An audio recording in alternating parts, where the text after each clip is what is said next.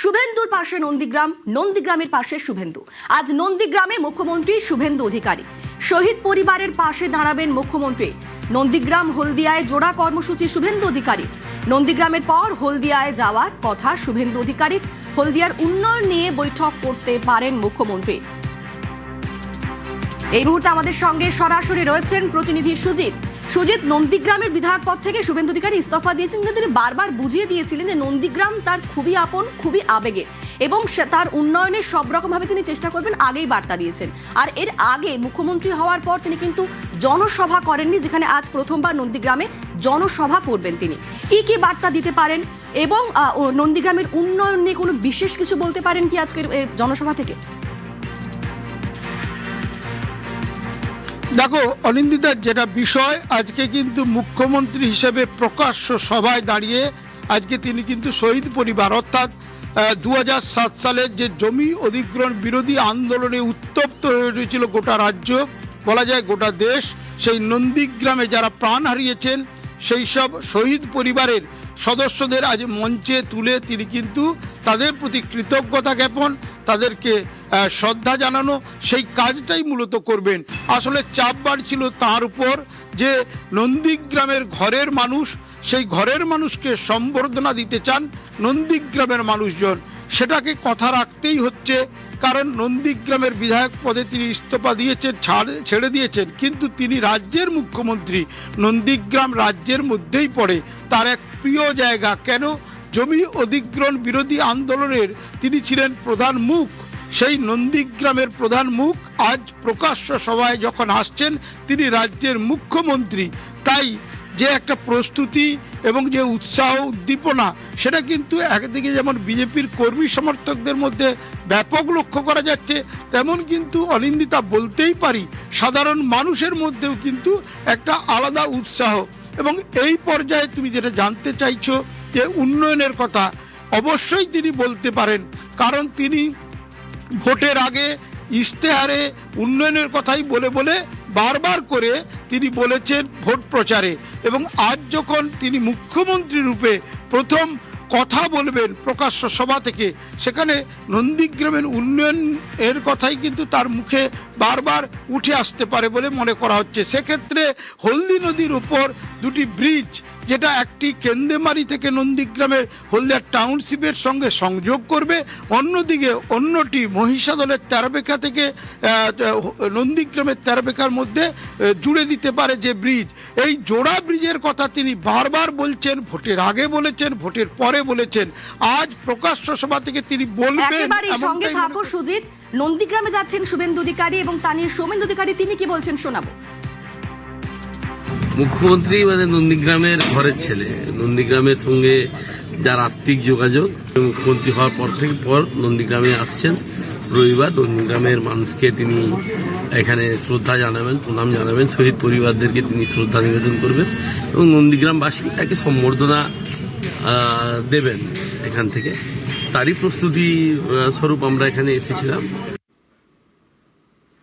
নন্দীগ্রামে যেমন কথা তেমন কাজ, জোড়া ব্রিজ তৈরির প্রতিশ্রুতি দিয়েছিলেন মুখ্যমন্ত্রী। নন্দীগ্রামে ব্রিজ প্রতিশ্রুতি পূরণে তৎপর প্রশাসন। নন্দীগ্রামের সঙ্গে হলদিয়া মহিষাদল জুড়তে ব্রিজ। নন্দীগ্রামের 4 জায়গা পরিদর্শন বিডিও সেচ দফতরের। প্রশাসনের উদ্যোগে খুশি নন্দীগ্রামের বাসিন্দারা।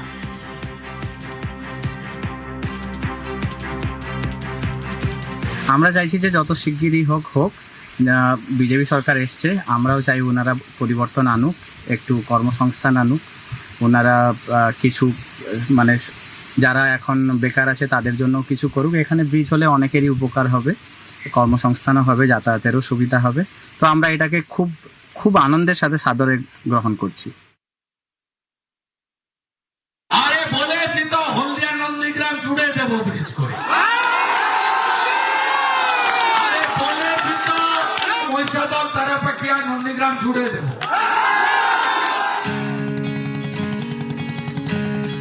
দাদা আমাদের বলেছেন এখানে ব্রিজ হবে, উনি যখন বলেছেন নিশ্চয়ই আমরা আশাবাদী সব জায়গার মানুষের খুবই উপকারী হবে।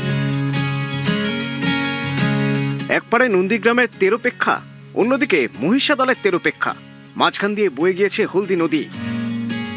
দুই খেয়াঘাট পেরিয়ে প্রতিদিন হাজার হাজার জনের যাতায়াত। ফেরি পারাপার করতে গিয়ে মাঝে মধ্যেই ঘটে দুর্ঘটনা। স্থানীয়দের দীর্ঘদিনের দাবি ব্রিজ করা হোক। নন্দীগ্রামে প্রচারে বারবারই এই ব্রিজ তৈরির কথা বলেছিলেন শুভেন্দু অধিকারী। সরকার এলে হলদিয়া নন্দীগ্রামকেও জুড়বো আর নন্দীগ্রাম বয়াল মহিষাদলকেও জুড়বো।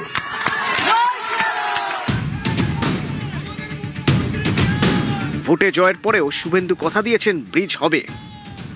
বলেছি তো হলদিয়া নন্দীগ্রাম জুড়ে দেবো ব্রিজ করে। আরে বলেছি তো মহিষাদল তারাপাকিয়া নন্দীগ্রাম জুড়ে দেবো।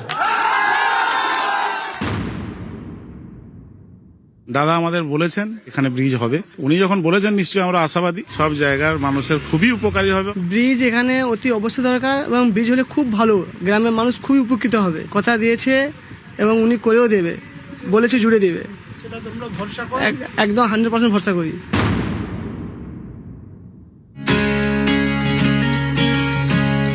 বাংলার শাসনভার এখন বিজেপির হাতে। পরিবর্তন হতেই কমেছে নদী পারাপাড়ায় নৌকা ভাড়া। 7 টাকার টিকিট এখন 5 টাকায়। খুশি নন্দীগ্রাম। ভাড়াও অনেক কমে গেছে। উনি আসার পরিপ্রেক্ষিতেই তার সেই প্রতিফলন দেখা দিয়েছে। তো ভালো লাগলো, খুবই ভালো লেগেছে। খেয়া পারাপারের কি যাত্রীদের ভাড়া কমলো? হ্যাঁ কমেছে, 2 টাকা করে কমেছে। আগে ছিল 5 টাকা, 5 টাকার গায়ে 6 টাকা, তারপরে 7 টাকা করে ভাড়া নিয়েছে, এখন 2 টাকা করে কমে দিয়েছে। শুভেন্দু অধিকারী তিনি কিন্তু ঘোষণা করেছিলেন আগেই যে ক্ষমতায় এলে এই যে জলপথ এর উপরে কিন্তু ব্রিজ তৈরি হবে। মানুষ আশায় ভরসা করছেন, তার উপর আশায় রয়েছেন। এবার অন্তত এই জলপথের উপর ব্রিজ হবে। ক্যামেরায় পিন্টু সরকারের সঙ্গে সুজিত ভৌমিক, নিউজ 18 বাংলা। পুষ্পা পগার পার আধার সেনার ঘেরাটোপে উৎসবের মেজাজেই হয় ভোট। ভয়হীন ভোটে ফলতার রায়। নিউজ 18 বাংলায় ফলতার ফল সবার আগে। আজ সকাল থেকে আজকে শুরু হয়ে গিয়েছে আজ রেজাল্ট আউট ফলতা। এবার রেজাল্ট আউট, পুনর্নির্বাচনের পর এবার রেজাল্ট আউট ফলতায়। আইন শৃঙ্খলা বজায় কড়া কমিশন, কাউন্টিং নিরাপত্তায় কোনো আপোষ নয়। এবং ইতিমধ্যেই সকাল থেকে দেখা যাচ্ছে যে ছবিটা, সেলিব্রেশন শুরু হয়ে গিয়েছে, বিজেপির সেলিব্রেশন শুরু হয়ে গিয়েছে এবং লক্ষাধিক মার্জিনে জিতবে বিজেপি, এমনটাই কনফিডেন্ট বিজেপি প্রার্থী। কি বলছেন শোনাবো। কড়া নজরদারিতে কাউন্টিং হবে।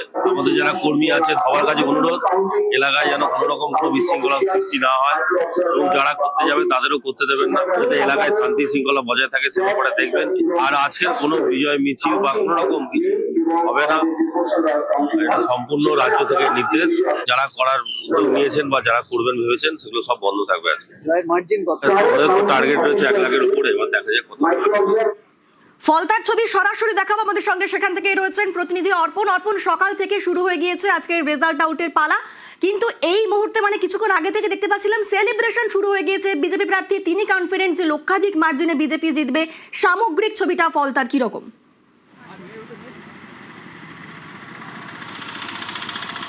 দেখো, ফলতার ফল প্রত্যাশিত।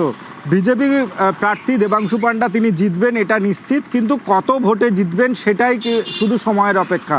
ইতিমধ্যেই প্রথম রাউন্ডের গণনা শুরু হয়েছে এবং সেই গণনাতে বিজেপি যথেষ্ট ভোটে এগিয়ে আছে। সংখ্যাটা আর কিছুক্ষণের মধ্যেই ইলেকশন কমিশন থেকে জানানো হবে। আর তোমাকে ছবি দেখাবো, ঠিক যেখানে কাউন্টিং সেন্টার তার পাশেই এই বিজেপি কর্মী সমর্থকরা তারা এসছেন, তারা উচ্ছ্বাসিত। তারা সকাল থেকেই আবির মাখতে শুরু করেছেন, মহিলারা এসে উপস্থিত হয়েছেন এবং ফলতার যারা রয়েছেন যেসব কর্মী সমর্থকরা তারা এসে এখানে তারা জয়ধ্বনি দিতে শুরু করেছেন এবং ফল যে প্রত্যাশিত সেই ফল প্রত্যাশিত। আর কিছুক্ষণের মধ্যেই ফল আসবে। 21 রাউন্ড গণনা হবে এবং সেই 21 রাউন্ড গণনার পর ফলে জানা যাবে যে কত ভোটে জিততে চলেছেন বিজেপি প্রার্থী। এখনো পর্যন্ত আমরা যা খবর পেয়েছি, ভিতরে যে 21 রাউন্ড গণনা, সেই 21 রাউন্ড গণনার কাজ শুরু হয়েছে এবং যারা কর্মী সমর্থক আছে তাদের সঙ্গে আমরা কথা বলবো। কি ফল আশা করছে? হ্যাঁ, আমাদের দেবাংশু বাবু তো 1 লাখের বেশি ভোটে জিতে যাচ্ছেন, একদম 100% শিওর। তাই সকাল থেকেই এখন রেজাল্ট তো আসেনি, আবির মাখা শুরু। আমরা তো শিওর কনফিডেন্ট আছি, একদম কম। কেন আমরা ভোট দিতে পেরেছি এবছর। এবারে আমরা ভোট দিতে পেরেছি স্বতঃস্ফূর্তভাবে, যেটা দীর্ঘ 15 বছর আমরা ভোট দিতে পারিনি। সেই ভয়ের বাতাবরণ কাটিয়ে দিয়েছে। আজকে জনোচ্ছ্বাস, মানুষের রায় দেবাংশুবাবুকে 1 লাখ টাকার 1 লাখ ভোটের বেশি ভোটে জিতিয়ে দিচ্ছে। অবশ্যই অবশ্যই, হ্যাঁ 1 লাখ তো হবেই 100%। হ্যাঁ, এবারের ভোটে আপনাদের স্বতঃস্ফূর্তভাবে তো ভোট দিয়েছে। হ্যাঁ এবারে সন্তুষ্টভাবে দিয়েছি, কেননা আমাদের দেবাংশু পান্ডুবাবু আমাদের খুব উপকার করছে, আবার আরও ভালোভাবে করবে, সেবা আমরা সবাই মিলে একাত আছি।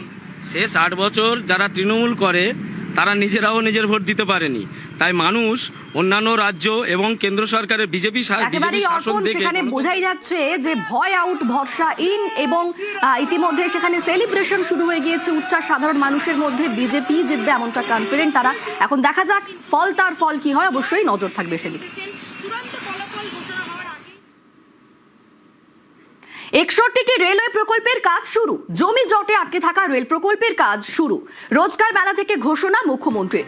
দমদম জোকা মেট্রো রুটের সমস্যারও সমাধান। পালা বদলের পর চিংড়িহাটায় কাজ দ্রুত গতিতে। বিগত সরকারের আমলের জমি জট কেটে কাজ শুরু।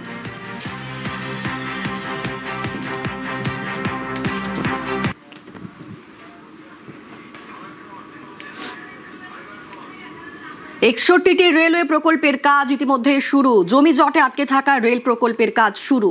রোজকার মেলা থেকেই ঘোষণা করেছেন মুখ্যমন্ত্রী শুভেন্দু অধিকারী। দমদম জোকা মেট্রো রুটের সমস্যারও সমাধান। পালা বদলের পর চিংড়িহাটায় কাজ দ্রুত গতিতে। বিগত সরকারের আমলে যে জমি জট, সেই জমি জট কাটিয়ে কাজ শুরু।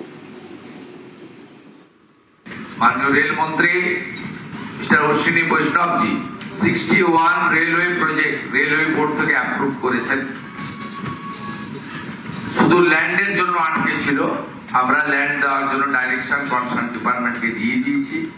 61টা নতুন rail project including Hili maximum হয়ে গেছে, আর একটু বাকি রয়েছে, including my Nandigram also. Double ইঞ্জিনের টেস্ট পশ্চিমবাংলার পিপল পাবে।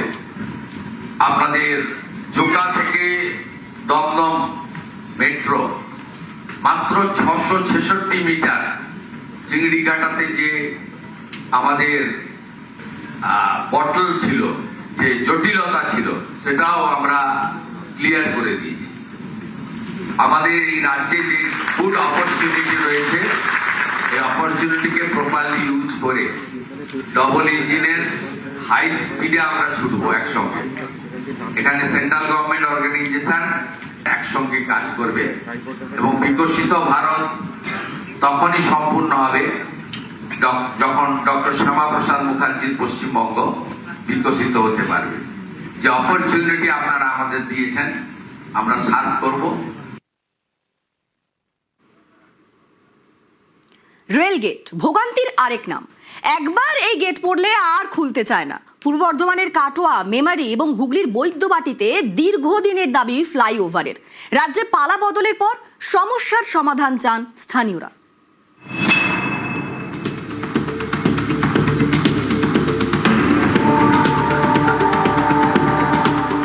পূর্ব বর্ধমানের কাটোয়া, এই শহরে ঢোকার মুখে রয়েছে 22 নম্বর রেলগেট। এই রেলগেটে নিত্যদিনের ভোগান্তি। সারাদিনে দেখুন 80 থেকে 90 বার রেলগেট পড়ে। এই যে রেলগেট পড়ে তখন কী রকম জ্যাম সৃষ্টি হয়, এবং রাত্রি 10টা 11টা যখনই আসুন তখনই এইরকম জ্যাম দেখতে পাবেন। যে শুধু দিন বলে নয়, সারা রাতেও পর্যন্ত এইরকম জ্যাম থাকে। হাওড়া কাটোয়া রুটে গুরুত্বপূর্ণ স্টেশন কাটোয়া। কাটোয়া স্টেশনের কাছে 22 নম্বর রেলগেট। এই রেলগেটের একদিকে গ্রাম, আরেকদিকে কাটোয়া শহর। সেখানে স্কুল, কলেজ, আদালত, সরকারি হাসপাতাল। পূর্ব বর্ধমানের পাশের জেলা বীরভূম এবং মুর্শিদাবাদ, এই দুই জেলা থেকে রোজ বহু রোগী কাটোয়া হাসপাতালে ডাক্তার দেখাতে আসেন। কাটোয়া শহরে ঢুকতে গেলে তাদের এই রেলগেট পেরোতে হয়। হাওড়া কাটোয়া রুটে প্রতিদিন 18 জোড়ার লোকাল ট্রেন চলে। মেল এবং এক্সপ্রেস মিলে চলে আরো 44 জোড়া ট্রেন। স্থানীয়দের অভিযোগ, একবার রেলগেট বন্ধ হলে সহজে খুলতে চায় না, ফলে দীর্ঘক্ষণ অপেক্ষা। এতে তৈরি হয় যানজট। সময় তো নষ্ট হয়ই, এটা প্রতিদিনের ভোগান্তি। একই ছবি মেমারিতেও। এখানেও রেলগেটে দুর্ভোগ। এরই মধ্যে রাজ্যে পালা বদল হয়েছে। স্থানীয়রা চান তাদের দীর্ঘদিনের দাবি পূরণ করুক সরকার, তৈরি হোক ফ্লাইওভার। কাটোয়া রেলগেটের এত অবস্থা খারাপ, আমরা এই রেলগেটের উপর দিয়ে দিনে 3-4 বার আমাকে আসতে হয়, আপ ডাউন করতে হয়। তো যখনই আসি তখনই আমাকে দেখি গেট পড়ে আছে, আর 15 থেকে 20 মিনিট, কোনো সময় 10 মিনিট, তা এত বিরক্ত বোধ হয়। দেখি বিজেপি সরকার তো এসেছে, বিজেপি সরকার আমাদের বলেছেন যে রেলগেটটা ওভারব্রিজ হবে, কাটোয়ার রেলগেটটা যদি হয় খুব ভালো হবে।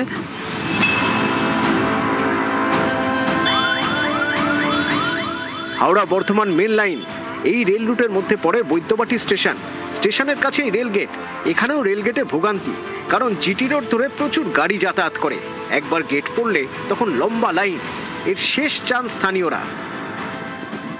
মোটামুটি একবার গেট করলে 15-20 মিনিট, কোনো ক্ষেত্রে আধ ঘন্টাও হয়ে যায়।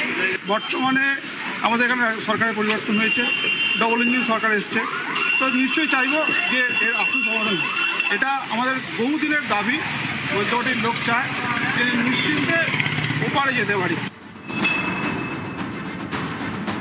हमारे जितने लेवल क्रॉसिंग गेट्स हैं जिनके कारण हमारी ट्रेन लेट होती हैं, उन सब में जो हम आरओबी के लिए रेलवे 100% पैसे खर्च करने के लिए तैयार है, पर अभी तक हमें ड्राइंग अप्रूव नहीं हो रही थी और लैंड एक्वायर नहीं हो रहा था। तो जब लैंड जल्दी जल्दी एक्वायर होगा तो अगर लेवल क्रॉसिंग गेट होगा तो रोड यूज़र भी आधा पौन घंटे तक खड़े रहते हैं और ट्रेनें भी रुकी रहती हैं।